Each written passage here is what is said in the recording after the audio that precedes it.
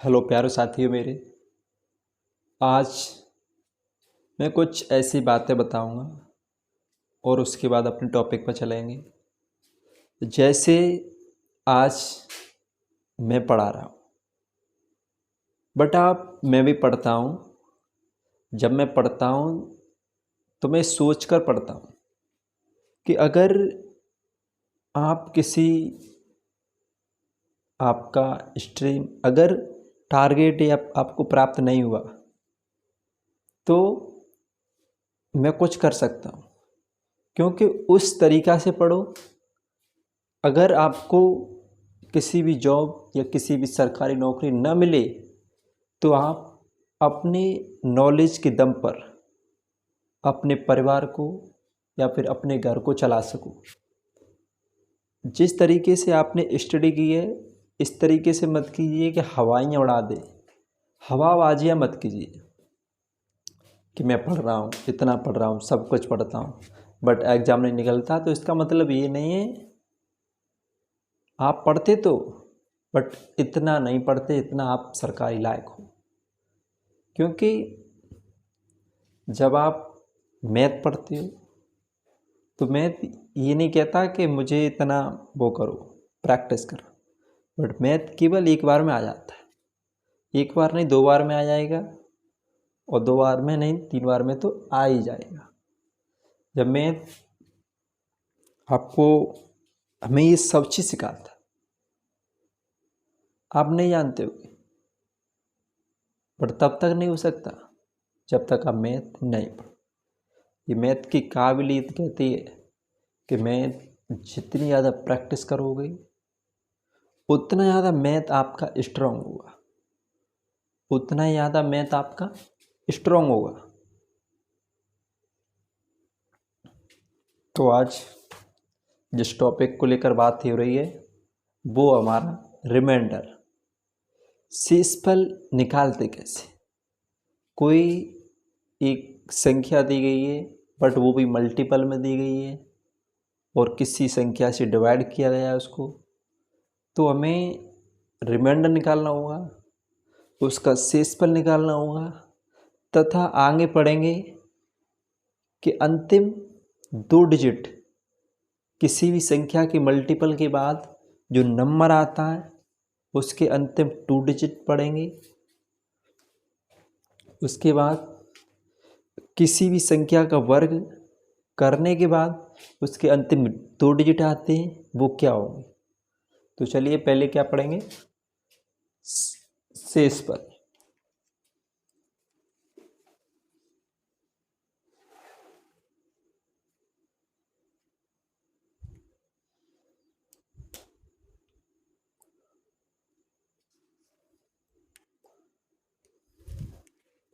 वो जानेंगे शेषफल का गणित क्या होता है, रिमाइंडर या फिर शेषफल।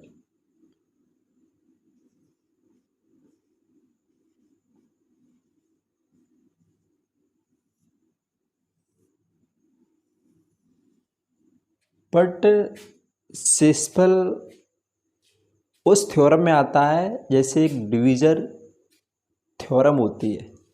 क्या होती है, डिवीजन थ्योरम। डिवीजन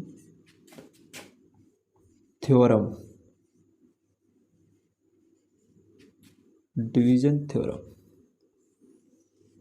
इस थ्योरम में आपको पता पड़ेगा कि क्या क्या होता है।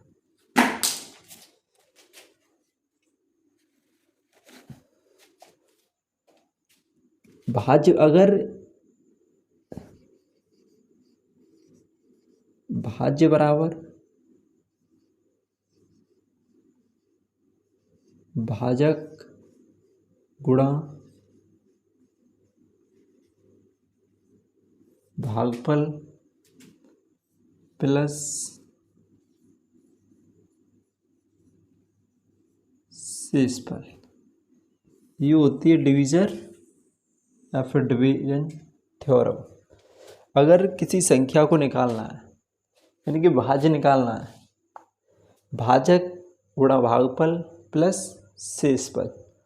जैसे मैंने कहा अगर कोई संख्या है 98, तीरे से डिवाइड किया, तीरे छिक्के, तीरे सत्ते 91, बचा 7। अब ये क्या चीज़ होगी? इसे कहते हैं भाज्य। इसे क्या कहते हैं? भाज्य। इसे क्या कहते हैं? भागफल। इसे शेषफल। और ये भाजक, सॉरी भाज्य, भागफल, भाजक, इसे क्या बोलेंगे? भाजक। ये चीज़ सारी चीज़ इसमें थ्योरम में होती है। अगर आपको भाज्य निकाल लिया, भाजक गुणा भागफल प्लस शेषफल। अगर हमें शेषफल निकालना हो यानी कि रिमाइंडर निकालना हो तो भाज्य माइनस भाजक गुणा भागफल गुणा भागफल करेंगे। अगर हमें भाजक निकालना हो, क्या निकालना हो? भाजक निकालना हो तो भाज्य माइनस शेषफल अपॉन क्या कर देंगे? भागफल।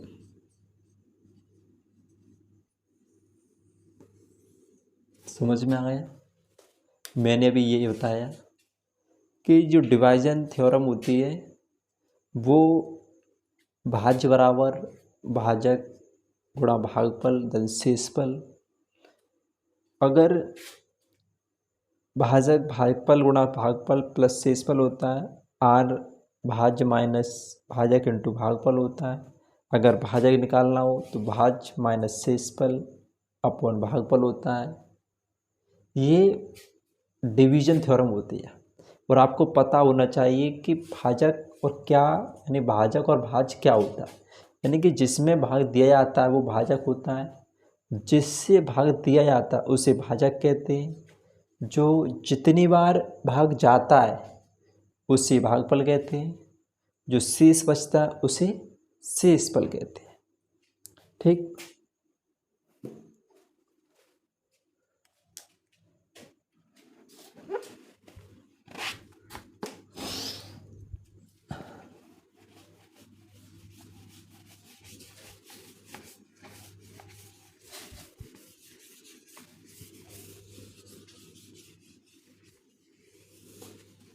तो अब टाइप डालिए फर्स्ट। Type first.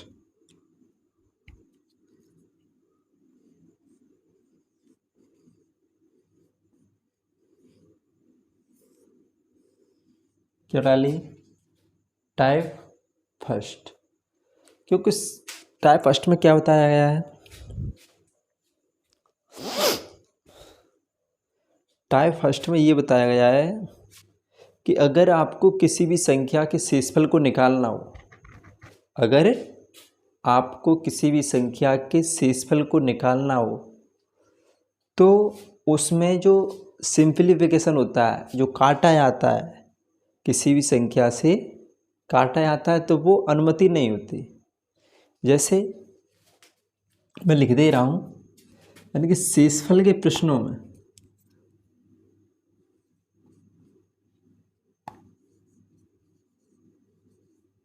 शेषफल के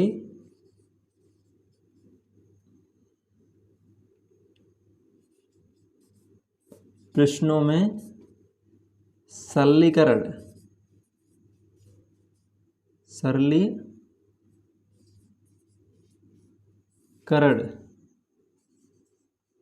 की अनुमति नहीं होती। अनुमति नहीं होती। क्या नहीं होता? शेषफल के प्रश्नों में सरलीकरण की अनुमति नहीं होती। जैसे मैंने क्या बोला? शेषफल के प्रश्नों में सरलीकरण की अनुमति नहीं होती। जैसे 100/24 मान लीजिए, ठीक है। अगर मैं 4 से काट दूँ 25/6, 4 से काट दिया 25/6, रिमाइंडर क्या आया 1। अगर मैं बिना काटे किए 100/24, 24 चौक 96, तो कितना बचा 6। ये समझ लीजिए कि जब मैंने सिंप्लीफिकेशन किया तो रिमाइंडर 1 आया, और बिना सिंप्लीफिकेशन किया तो रिमाइंडर 6 आया। तो यह हमें बताता है कि किसी भी संख्या में डिवाइड करने पर अगर शेषफल प्राप्त करना है तो सिंप्लीफिकेशन की अनुमति नहीं है। बट अगर आप अनुमति भी है तो जिस संख्या से काटा गया है, जिस संख्या से काटा गया है उसी से क्या कर दीजिए, मल्टीपल। रिमाइंडर क्या आ जाएगा हमारा, रियल नंबर। रिमाइंडर क्या आ गया, रियल नंबर। तो पता पड़ा, जैसे मैंने किया 300/45, तो क्या 45 दिया 105, 45 दिया 135, सॉरी 45 दिया 135। अगर मैं इसको काटूँ, क्या काटूँ, 9 से 3 से काट लो, 3 से 15, 3 से कितना काटा 100,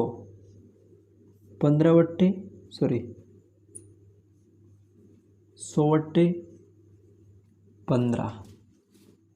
अब रिमाइंडर कितना आया 10। रिमाइंडर कितना आया 10। बट ये हमारा रियल नहीं है, क्या, ये वास्तविक शेषफल नहीं है। तो वास्तविक शेषफल याद करने के लिए क्या करते हैं, जिस संख्या से काटा हुआ उसी से क्या कहते हैं, मल्टीपल। कितना हुआ 30। कितना हुआ 30, क्योंकि 45 90 और 45 छिक्के 270, 45 छिक्के 270, रिमाइंडर क्या बचा 30। समझ में आ गया, रिमाइंडर क्या बचा 30। तो अब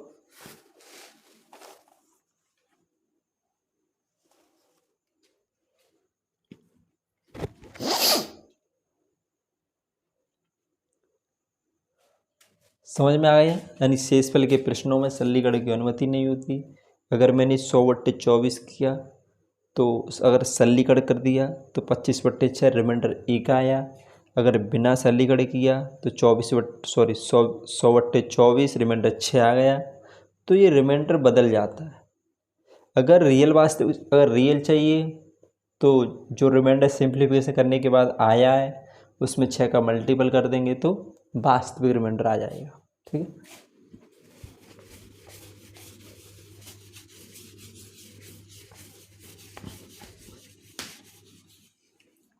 अब बात करेंगे टाइप 2। यानी कि अगर टाइप 2 क्या कहता है कि जो फ्रैक्शन होती है, फ्रैक्शन में आपको देखा होगा कि P/Q के रूप में लिखा होता है। अगर हमारा जो नोमिनेटर डिनोमिनेटर से कम है, यानी कि P/Q, अगर P लेस देन है Q से, अगर P लेस देन है Q से, तो रिमाइंडर बराबर क्या होगा P। बस ये छोटी सी बात है टाइप 2 में।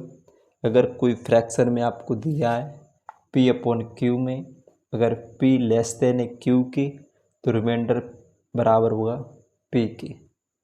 जैसे 2/5 क्या हुआ, जब छोटा है क्या, यानी कि जो अंश है हर से कितना है छोटा, तो रिमाइंडर क्या है 2। रिमाइंडर क्या आ गया 2। जैसे 25/29, अंश कितना है हर से छोटा, तो रिमाइंडर क्या आ गया 4। अगर 48/65, तो रिमाइंडर क्या आ गया 17। अगर कोई संख्या 91/100, तो रिमाइंडर क्या आ गया 9। ये संख्याएं, क्योंकि अगर कोई भाग दोगे तो फिर भी इतना ही आएगा, ठीक है। पहली बात तो भाग जाएगा नहीं, जैसे मैंने क्या बोला अभी, अगर P/Q के रूप में लिखा है कोई संख्या और P लेस देन है Q की, तो रिमाइंडर बराबर हो जाएगा P, यानी कि रिमाइंडर बराबर क्या हो जाएगा अंश के। रिमाइंडर बराबर क्या हो जाएगा अंश के, ठीक है। टाइप 2 यही कहता है।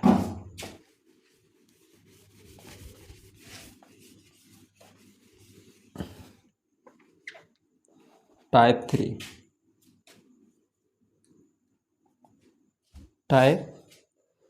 3 क्या कहता है,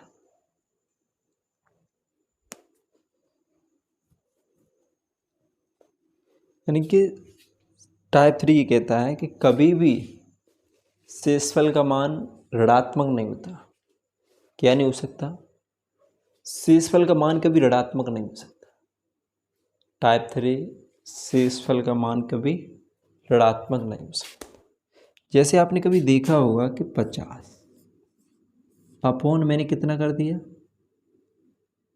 9, अगर 50/9 है, ठीक है, मैंने रिमाइंडर जाना 9×45, 9×6 = -4 आ गया। बट 9 से अगर माइनस आ गया, मैंने 9×45 फिर भी 5 आएगा। अगर मैंने 9×54 तो -4 आएगा। अगर ये माइनस है तो माइनस को उठाने के लिए जो हर होता है उसमें से क्या कर देते हैं, इसमें ये जोड़ देते हैं, तो क्या आ गया 5। नहीं समझ पाया, मैंने ये बोला कि -4 है, हर में जोड़ देंगे कितना आएगा 5, बस मैंने यही बताया। और जैसे -74 है, मैंने क्या बोला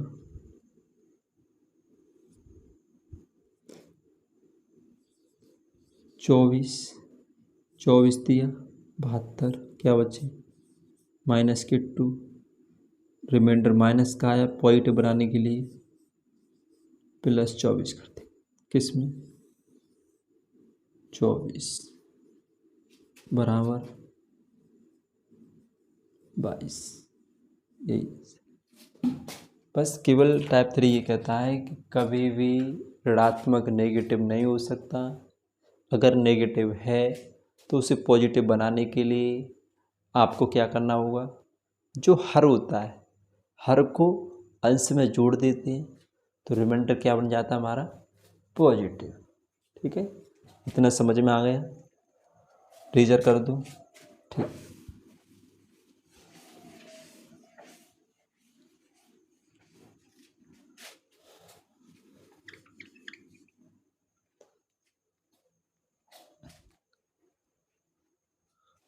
अब टाइप 4 क्या कहता है, अगर कोई संख्या गुणात्मक रूप में लिखी गई, अगर कोई संख्या गुणात्मक रूप में लिखी 4, यानी कि अगर कोई संख्या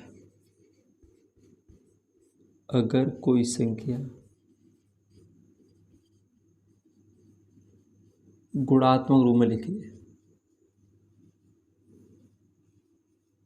रूप में लिखी गई है,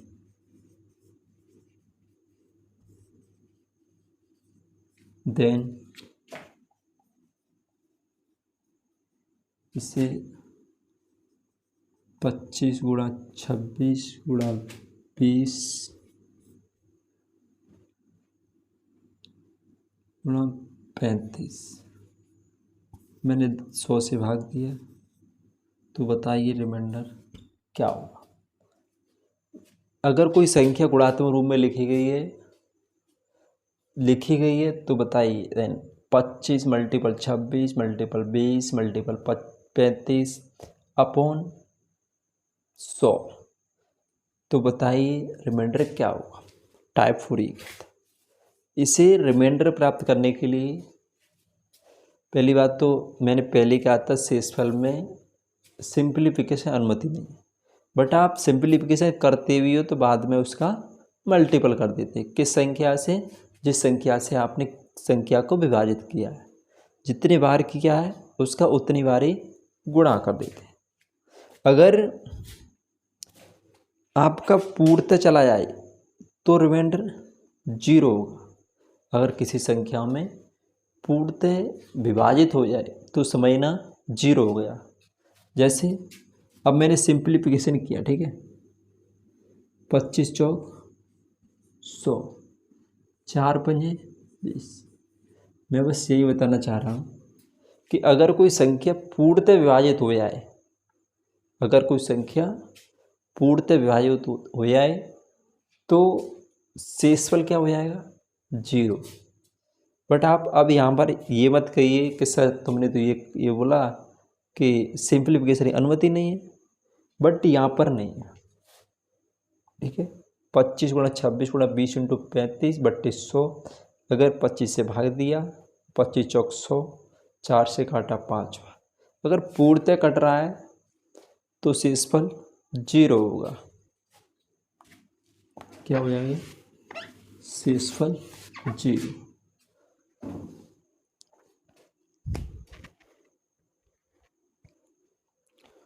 अब मैंने क्या बोला, जैसे कोई संख्या है 24 गुणा 35, 24 गुणा 35 गुणा 37 गुणा 39, मैंने डिवाइड किया 11 से, तो मुझे बताइए कि रिमाइंडर क्या हो। देखो, रिमाइंडर ज्ञात करने के लिए इसमें ऐसे किया जाता है, 11 दूनी 22, रिमाइंडर कितना बचा? 2 मल्टीपल 11 तिया 33, शेष कितना बचा? 3। 11 तिया 33, कितना बचा? 4। 11 तिया 33, बचे कितने? 6। 11 दूनी 22, 2, 11 तिया 33, 33 इंटू 2 और 11 तिया 33 इंटू 4, 11 तिया 33 इंटू 6, तो मैंने ये किया। अब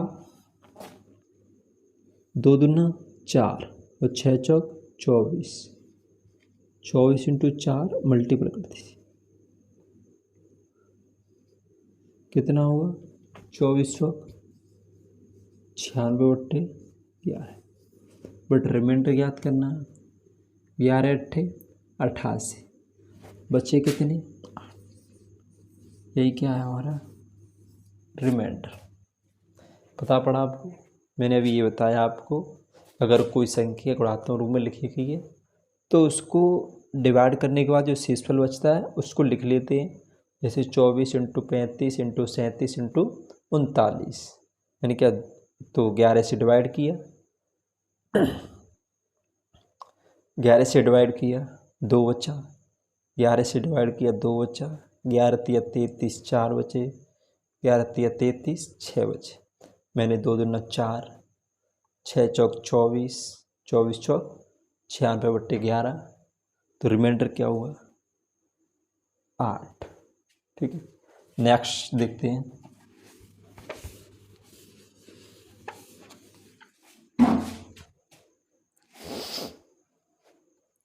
जैसे कोई नंबर है 85 इंटू 87 इंटू 84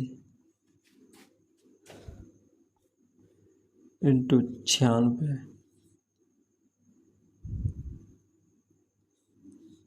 इंटू 95।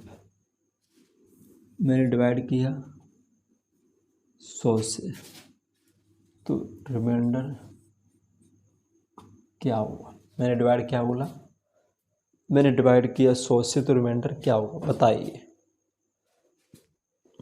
रिमाइंडर क्या होगा?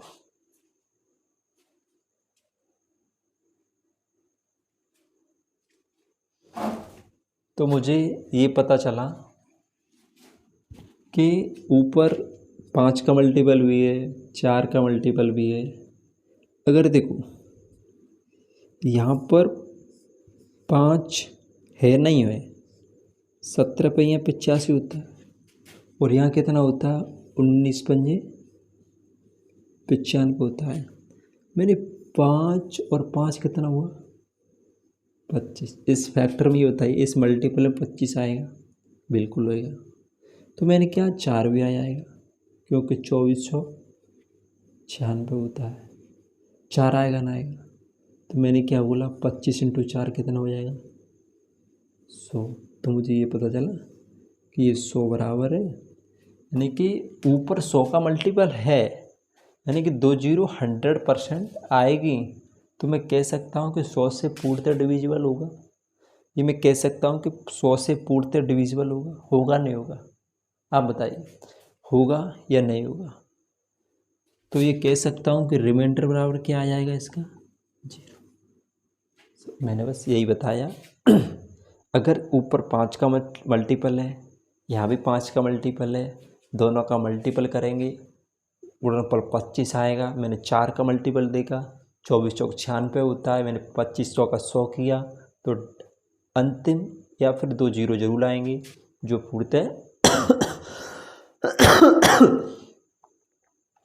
पूर्णतः कटेगा। तो रिमाइंडर क्या होगा? 0।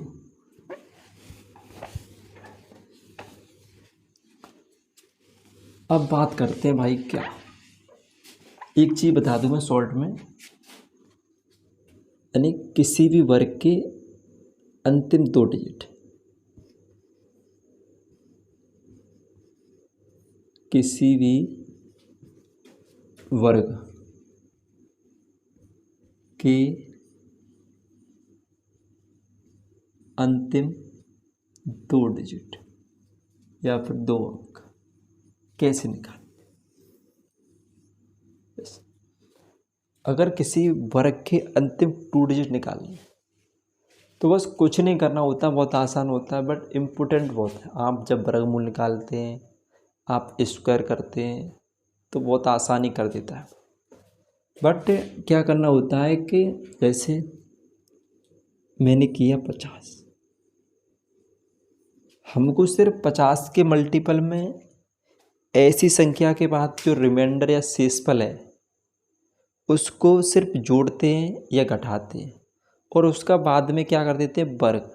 वर्ग करने के बाद जो हमारा उत्तर आता है उसके अंतिम 2 डिजिट होंगे, वही हमारा क्या होगा? उस संख्या के वर्ग के अंतिम 2 डिजिट होंगे। जैसे मैंने बोला 112, मुझे क्या पता चला?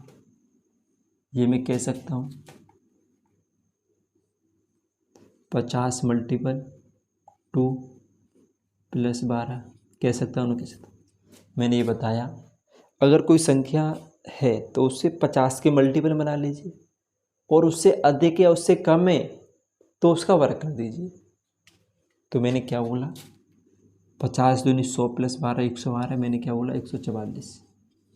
इसका वर्ग कर दिया, और इसका वर्ग करने के बाद जो अंतिम 2 डिजिट आए 44, वही क्या है हमारे 112 के अंतिम 2 डिजिट। वरना करके देख लीजिए, करिए। 112 मैंने की 4, 11 दूनी 22, 22 दूनी 44 की 4 हासिल 4, 11 को 121 और 125, देख लीजिए। यानी कि 112 का वर्ग किया, तो ये तो पता है वो वर्ग करते कैसे, बट कुछ नहीं होता, हम ये लगा लेते हैं जैसे a² plus 2ab plus B square. But ये लगा दीजिए दुनिया का कोई भी स्क्वायर हो वो 100% होगा, बट आप पर टेबल आनी चाहिए। तो मैंने क्या किया आपको, यानी कि ए का वर्ग ये क्या होता है, ए मान लिया, ये बी मान लिया। पीछे से करते हैं, बट किससे करते हैं, पीछे से। 2 का वर्ग 4, 2ab, 11 दूनी 22 दूनी 44 की 4 हासिल 4, 11 का वर्ग 121, 121 और 4 125। किसी भी संख्या के, जैसे मैंने क्या बोला अभी, मैंने बताया 536 मान लीजिए, ठीक है, चलो 526 मान लीजिए, मैंने क्या बोला 526, ठीक है। तो मैंने ये बताया भी 50 के मल्टीपल जो भी संख्या है उसके बाद जो शेषफल है वो बस लगा लीजिए। अगर आपको इस तरीके अगर ये भी वर्ग नहीं पता होगा ना, तो इससे छोटा तो पता होगा। तो मैंने क्या बोल दिया, 50 मल्टीपल 11 माइनस 24, ये तो जानते हो 50 × 11 माइनस 24। तो मैंने क्या बोला अभी, यानी कि 50 मल्टीपल 11 माइनस 24। तो इस संख्या जो आई उसका वर्ग कर दीजिए, 24 को 576, तो अंतिम 2 डिजिट 76।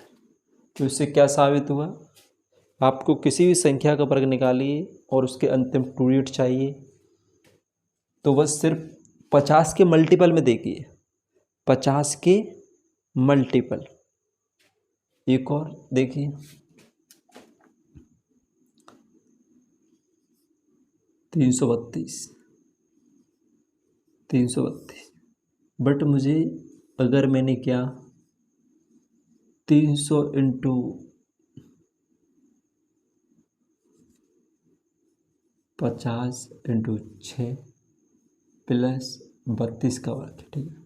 अगर आपको 32 का वर्ग याद नहीं है तो सिर्फ क्या कर दीजिए, 50 × 7 माइनस 18, क्या कर दीजिए -18, 18 को तो याद होगा, 324, अंतिम 2 डिजिट 24, अंतिम 2 डिजिट क्या होंगे 24। तो इससे ये साबित हो गया मैंने अभी। अब हमें पता चला तो पता क्या बना, 50 multiple n plus minus remainder, यानी कि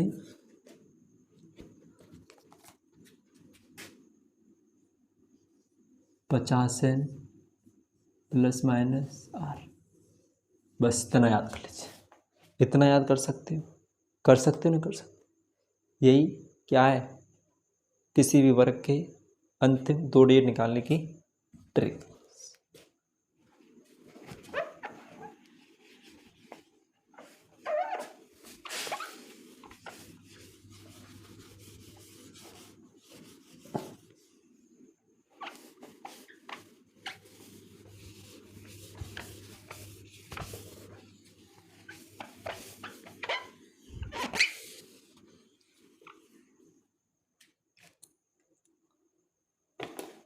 इससे आगे कल पढ़ाएंगे, क्योंकि वीडियो लेंथ हो जाती है, बड़ी हो जाती है, तो क्या करता है जो व्यूज़र होता है वो कभी भी लेंथ वीडियो नहीं देखता, क्योंकि माइंड उसका जब बोर होता है तो वो उस वीडियो को बीच में ही छोड़ कर चला जाता है, और उससे माइंड उसका क्या होता है, भटक जाता है।